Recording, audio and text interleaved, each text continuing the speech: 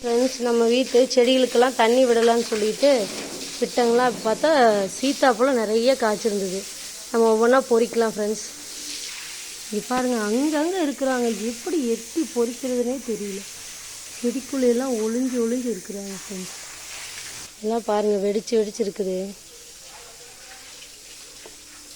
எங்கள் வீட்டு பைப்பு வேறு ஓட்ட ஃப்ரெண்ட்ஸ். அது வேறு அருவி மாதிரி என் மேலெல்லாம் ட்ரெஸ் எல்லாம் நனைஞ்சிட்டேன். நான் ஃபுல்லாக தண்ணி பட்டு இருந்தாலும் சீத்தாப்பழம் பொறிக்காமல் விடக்கூடாதுன்னு சொல்லிட்டு இன்றைக்கி எல்லாமே பொறிச்சிட்ருக்கேன். இங்கே பாருங்கள், மரம் பூரா காயாக இருக்குது. ஃபைனலாக பொறிச்சாச்சு ஃப்ரெண்ட்ஸ். இங்கே பாருங்கள், 1 2 3 4 5 6 7 7 இருக்குது. பரவாயில்ல. அது மட்டும் இல்லை, இன்றைக்கி அப்படியே நம்ம வாழைப்பூவையும் அறுவடை பண்ணியாச்சு. இன்றைக்கி அறுவடை இதுதான். Thank you friends.